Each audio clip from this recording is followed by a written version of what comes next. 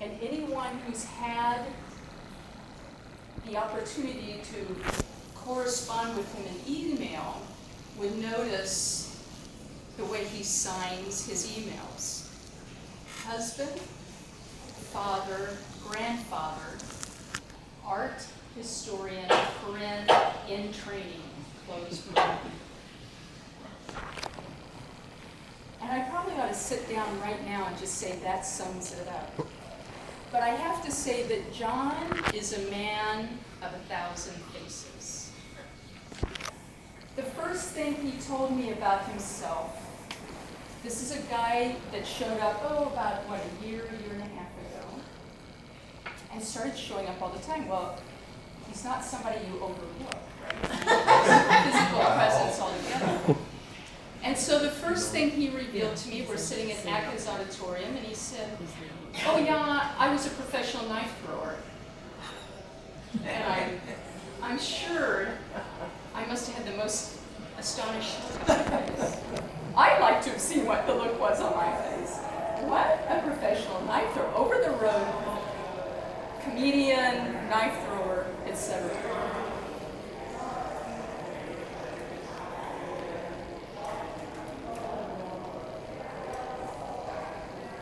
But as time has gone on, there's much more to John than that. He has a BS, that's a Bachelor of Science. John has a BS degree in Marine Science and Biology from the University of Tampa.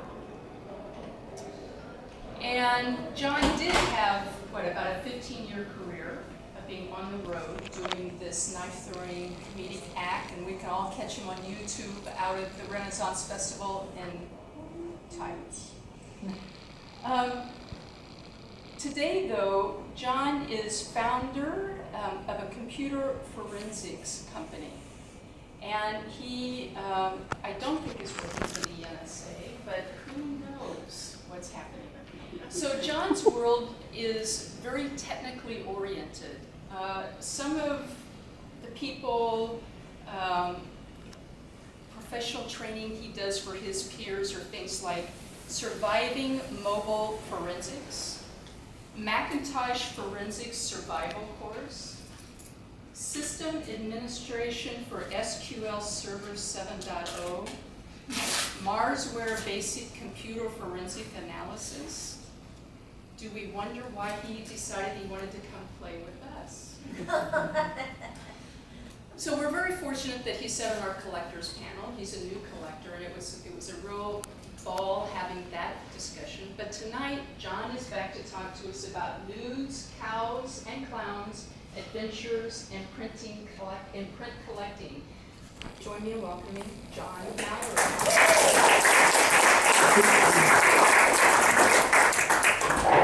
Thank you, Robin. That was a wonderful introduction, although as I'm sitting there, I'm going, boy, I'm not so sure I would want to hear this guy speak. But yeah, I do have a pretty diverse background, and part of that diverse background ties into what I'm going to talk about tonight. My method of print collecting, why I select certain prints, and some of the experiences I've had in the 18 months, almost 2 years actually, I've been doing this. A lot of it, there's no rhyme or reason. Some of it makes me laugh. Hopefully some of it will make you laugh as well. The opening slide here, I actually grew up in Philadelphia. And when I grew up in Philadelphia, the only American history you're ever allowed to talk about is colonization and Revolutionary War. As far as people in Philadelphia are concerned, nothing else really matters. So when I moved to Kansas more than 25 years ago, I moved to the Kansas City area, I became enamored of regional history, regional culture, was not part of a farm family, and so that's kind of where my interest is. I've been doing a lot of digging on regional history, regional artists. This painting is Ajax by John Stewart Curry. It's in the collection of the Smithsonian American Art Museum. Thomas Hart Benton jokingly said that this was actually a self-portrait by John Stewart Curry. Some more on my background. I have no formal art education. Well, I took a year of photography in college and had some work in juried shows. My instructor was a pretty well-established painter and still is. He's now the chairman of the art department at the University of Tampa, a guy named Lou Harris. But no real formal art education. My experience with art was I would go to museums with women to show my sensitive side.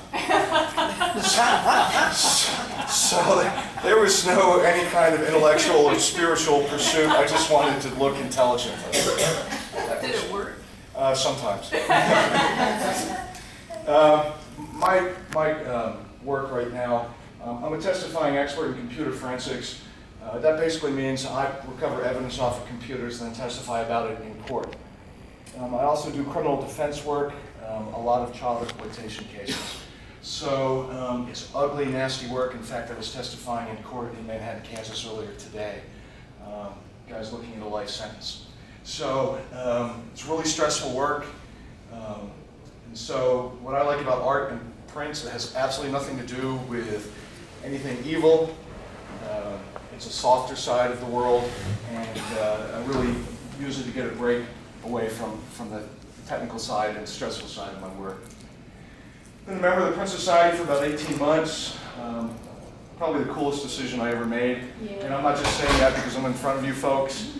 I really recognize the fact that I've missed some opportunities here in Kansas City in my 25 years of living here, so I'm trying to make up for it. So I want to thank you for that.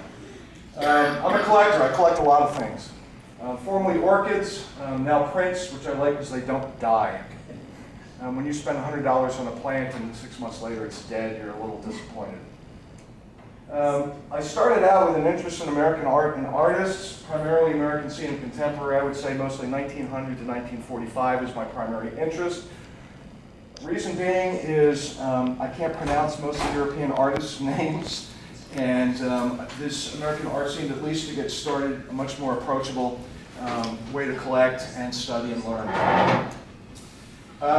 Works are selected based on historical or sentimental reasons for the collection. Very often, there may not be a rhyme or reason. I may just buy it because it's cool. Or my wife likes it, or my son likes it. We'll talk more about our youngest son here later on tonight. It started with a single painting. In the fall of 2011, I made a commitment to take advantage of what Kansas City has to offer. I live in southern Johnson County.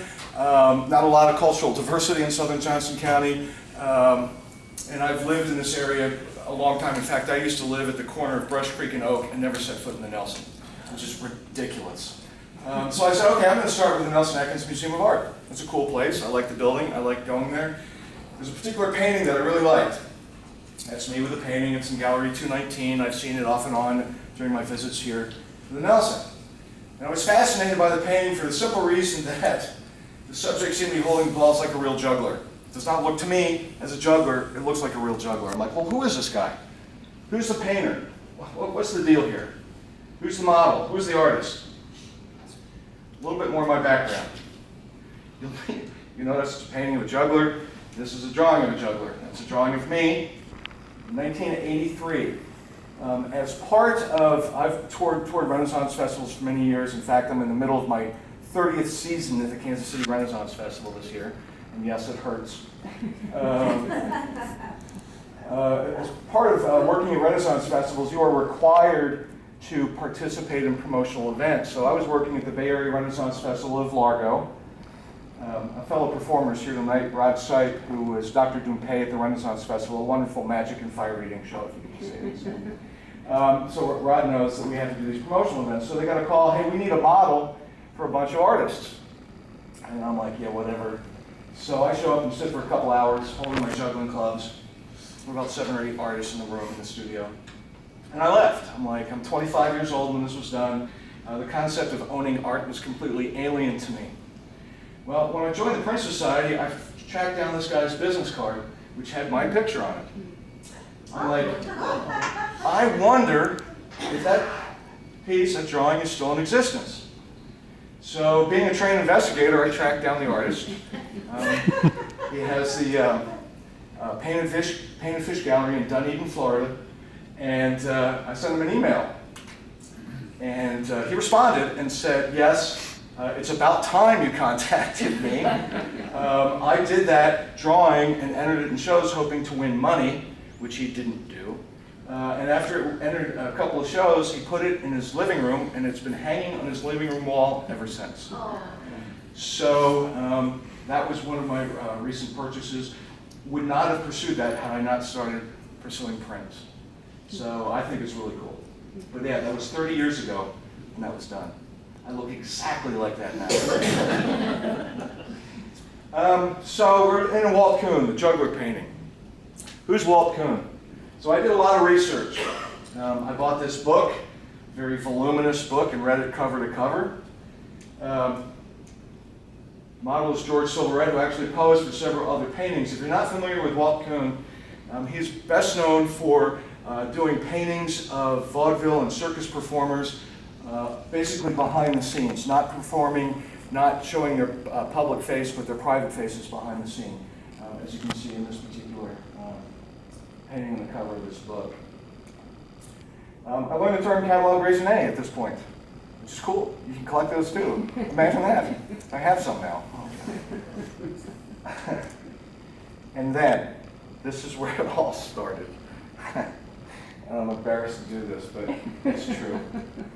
I did more research at night on my computer with several glasses of wine. Actually, more than several. So wine plus the internet equals my first purchase. I wish I could say there was some spiritual, intellectual reason why I bought this, but I'm like, wow, it's a nationally known, internationally known American artist. His works are in museum collections. I can afford this. Plus, it's a nude. How cool is this? Click, I now own it. So I learned something. This is probably my first aha moment when I bought this. It was from the old print shop in New York City. A couple of aha moments. And we've all learned this. Not every piece in a museum collection is priceless. When I was younger, I used to spend time at the Academy of Natural Sciences in Philadelphia and would get to go behind the scenes to see 100-year-old museum specimens of plants, animals, birds, that kind of thing. And I just thought it was like a church. I wouldn't touch anything. I had no idea that you were allowed to interact with some of these things. So I learned that you can actually, museum pieces that are very reasonably priced. And so that was kind of the first time I recognized that. You don't have to have limitless resources to buy prints. How cool. I mean, if you want to spend a lot of money, you can. I just can't. And the other thing that I learned, you know, when you go into art museums, and in fact, people say this, oh, you're going to speak at the Nelson tonight with all those snooty people. And I'm like, what do you mean they're not snooty at all? And I think that's a misconception that people that are involved in art are intense academicians or very, very wealthy folks. And what I found is that's definitely not true. I also learned that as a print collector, you can actually learn some things other folks in the industry don't know. So, if you look at this print, okay, that's the print. Notice down here, it's the signature, there's the title. This piece happens to be in the collection of the Smithsonian American Art Museum. Notice it's titled Hulda. It's actually Ivoire is the name of the piece, and it's upside down. So I, of course, contacted the Smithsonian and pointed out their mistake, which is awfully presumptuous on my part, but I'm like, it's wrong. So they did this. They changed the name. As of an hour and a half ago, it was still upside down. And actually, if you see this piece displayed online anywhere, it's almost always upside down. In fact, the old print shop where I bought it from, it was upside down. So I thought that was kind of fun. I felt like a genius. I know something the Smithsonian doesn't. Look at me. Ridiculous. Okay, I got into Walt Kuhn, New York guy, East Coast guy, Maine guy.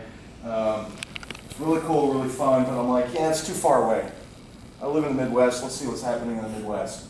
So, I wanted to stay closer to home, I wanted to stay closer to my current home. So obviously Thomas Hart Benton, John Stewart Curry, Grant Wood, seem more accessible geographically and historically. What I liked about studying these folks is there's a lot of material written by them and about them from when they were alive that's still easily accessible. Books, periodicals. Yes? How do you spell Stewart? That's it, S-T-E-U-A-R-T. Is that the way he Uh-huh. spells it? Yep, Yeah, wow. that's what it is right here. Okay. S-T-E-U-A-R-T. Thank you. Yeah, that's how you spell Stewart, which is cool. And I have a whole story about John Stewart Curry here shortly. So I have actually purchased a lot of books written by and about these particular artists. And I've actually read them. I actually probably own and have read almost everything on John Stewart Curry, and I'll explain why here shortly. So I started getting into this. This is kind of fun. I'm kind of nervous and new and tentative. Well, I teach at FDIC headquarters at the Federal Deposit Insurance Corporation in Arlington, Virginia. I teach there 6 times a year. I've probably taught 30 programs there on fraud investigations. And what's really cool is the headquarters for FDIC is a block away from the metro station. So in about a 2-minute walk and about a 15-minute train ride, I'm at the Smithsonian.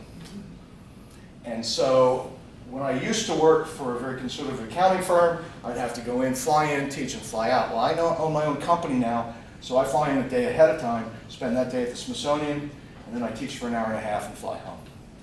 So a lot of learning opportunities. I've been to the National Gallery of Art 3 times in the last year. And we'll talk more about that. But here's the cool part. So I'm in Arlington, Virginia, and a bank examiner from Wichita, Kansas says, if you live in Kansas City, you ought to check out American Legacy Gallery. Why I had to learn from somebody in Wichita while I was in DC is beyond me. I need to talk to Jack about this marketing, perhaps. So I did. Well, there's the next print.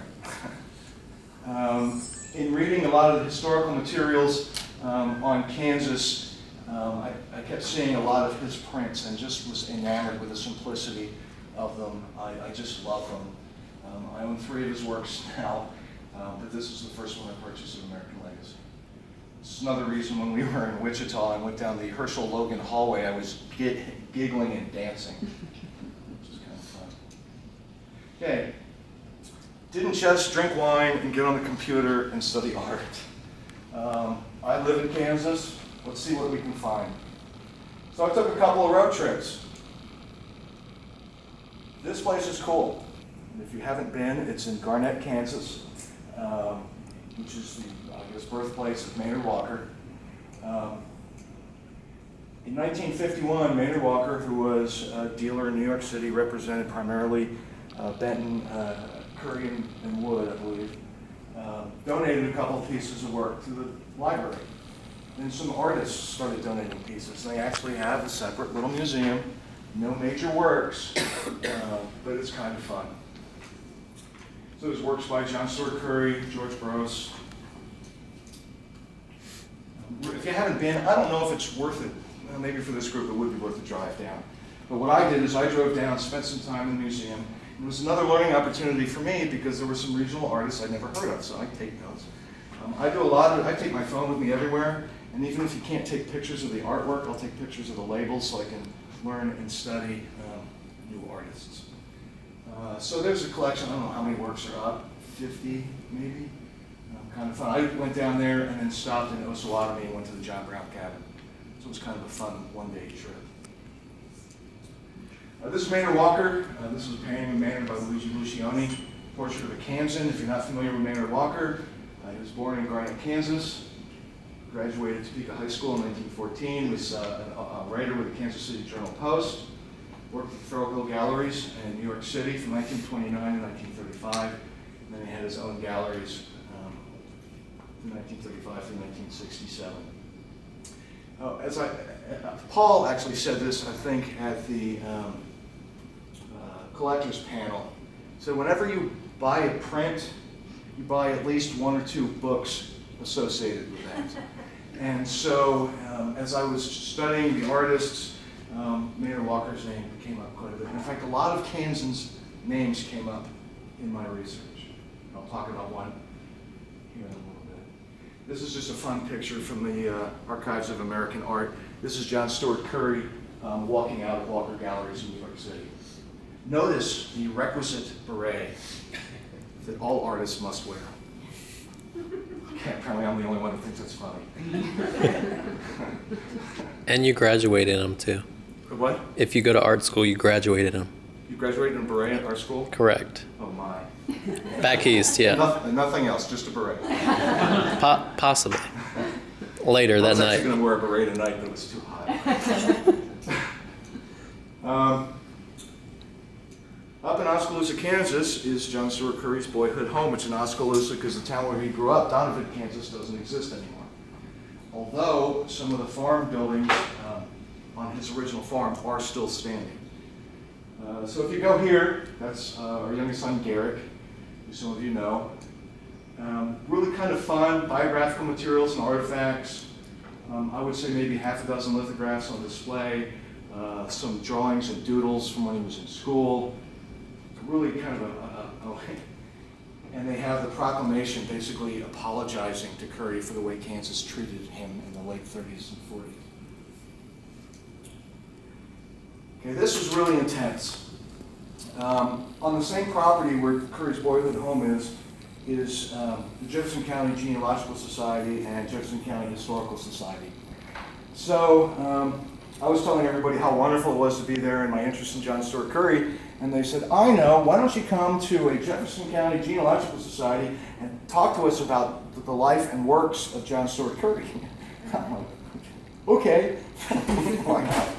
So I did a bucket load of research on John Stewart Curry. Unbeknownst to me, when I showed up, some of John Stewart Curry's descendants, relatives, were in attendance. Now, if I had never felt like a fraud before, that was when I did. So it was interesting because I was bringing up some of his works, some of the conflicts. If you don't know this, and I'm assuming you do, but John Stewart Curry did the murals in the Kansas State Capitol in Topeka, and everybody in Kansas hated them, basically. He never signed them, he never finished the work. Really a lot of animosity.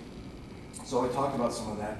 But one of the things I wanted to point out was one of his first successful paintings, Baptism in Kansas. It was bought by the Whitney in New York. And so I put up this painting, and I perhaps should have showed it here tonight. So this painting goes up on the screen, just like in this room, and this gentleman in bib overalls jumps up and goes and names every single person in the painting. This child, and he pointed to one girl, said, this child's parents were deaf, so she lived with my family so she could learn to speak. That was absolutely mind-boggling. What even got more mind-boggling is talking about Prairie Pastoral. It's in the far west side of the Capitol. And it shows a farmer and his wife with some pigs. You know, Kansas saying that pig's curl wasn't right. And one of the complaints they had was that the woman's hips were too large. Same guy that jumped up and pointed and identified people jumped up and goes, hey, Virginia. Oh, and he goes, they obviously never met any of the Curry women. Virginia, stand up and show them how big you are.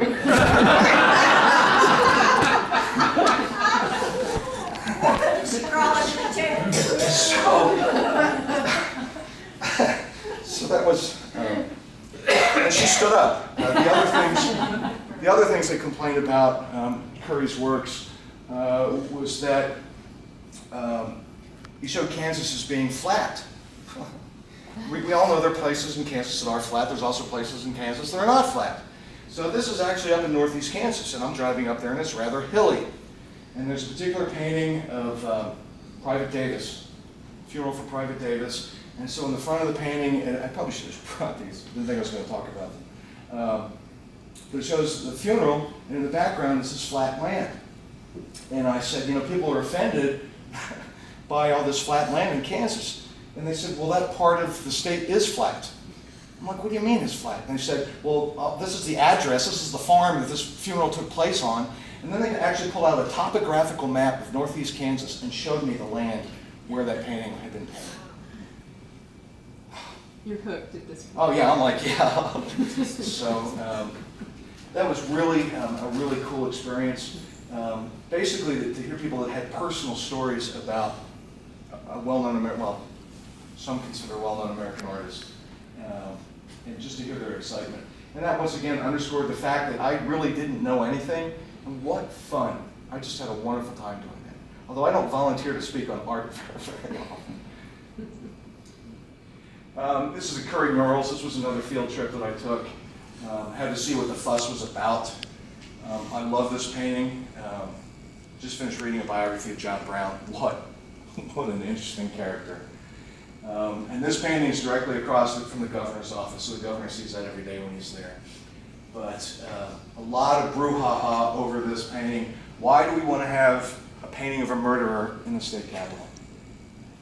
I think it's an awesome painting, but that's just me. Also went to Thomas Hart Benton's home as well. So a lot of kind of art-related things were kind of fun. Wow. Another big adventure. This adventure is still going on. Well, studying the big three regionalist artists, every single book I read about John Stewart Curry, Thomas Hart Benton, and Grant Wood, and even several other regional artists, one name kept popping up, Thomas Craven. And I'm like, okay, who's Thomas Craven? I don't know. There's actually no written materials about Thomas Craven out there. They're very, very limited. And yet, this guy published in the neighborhood of 100 works. In the 30s, 2 of his books on art were New York Times bestsellers. I'm like, who is this guy? So one of the books that I read, this is my audacity again, and I'm just embarrassed that I did this. One of the books I was reading was written by Henry Adams. So most of you probably know Henry Adams was a curator here. He's, I think, still a professor at Case Western. Was at Cleveland Museum as well. And please correct me if I'm wrong. But and probably one of the most published people in American art history. And so I contact Mr. Adams. Dear Mr. Adams, oops, I forgot his honorific. He's a PhD. Hey, I see you mentioned this guy, Thomas Craven, in some of your books. Do you know any other places we can find out some additional information? So I get an almost immediate response back from Henry saying, yeah, in fact, I was going to write a book about that guy. I have a box of his papers sitting underneath my desk right now. Oh, and in fact, I think his son is still alive. He has his name, address, and phone number. And I think his daughter-in-law has a gallery in Martha's Vineyard. I'm like, what? So, Carol Craven, the son is dead. Carol Craven is still alive. She actually did have a gallery in Martha's Vineyard. Actually had a painting for sale of Thomas Craven by Thomas Hart Benton. And in fact, Thomas Craven is the subject of drawings or paintings by a lot of artists, which is kind of intriguing. So I contact Carol Craven, and I do a bunch of additional research. What else did I do? Oh, there was a doctoral dissertation someone wrote on Thomas Craven and several art. Thomas Craven was primarily an art critic. He got his claim to fame, this big article that he wrote that really put him on the map. Very controversial article in 1927 called "Have Painters Minds?" And it was basically questioning the intelligence level of some of the more modern artists out there. He was the leading decrier of this school of Paris. So I did all this research. I read this doctoral dissertation that supposedly had the bibliography for Thomas Craven. Once again, I found out that non-academicians can make contributions because although it seemed to be complete, it was missing about 20 of his works, which I filled in. The other thing about Thomas Craven is intriguing to me. Granted, he was writing primarily in the 30s, 20s, 30s, and beginning part of the 40s. Started doing lecture tours in the 40s. But he was, if you read any books about him where he's mentioned, his detractors claim he's homophobic and anti-Semitic. And we'll get to that part. This is Thomas Craven. This is actually an unpublished photo given to me by Carol Craven as part of my research. That is probably a promotional photo of Thomas Craven in the 1940s. The other thing that I did, it really ticked me off that this guy was so successful and had influenced so many people in the art world, and yet there was not a Wikipedia page about the guy. So if you go out and find a Wikipedia page on Thomas Craven, I did it.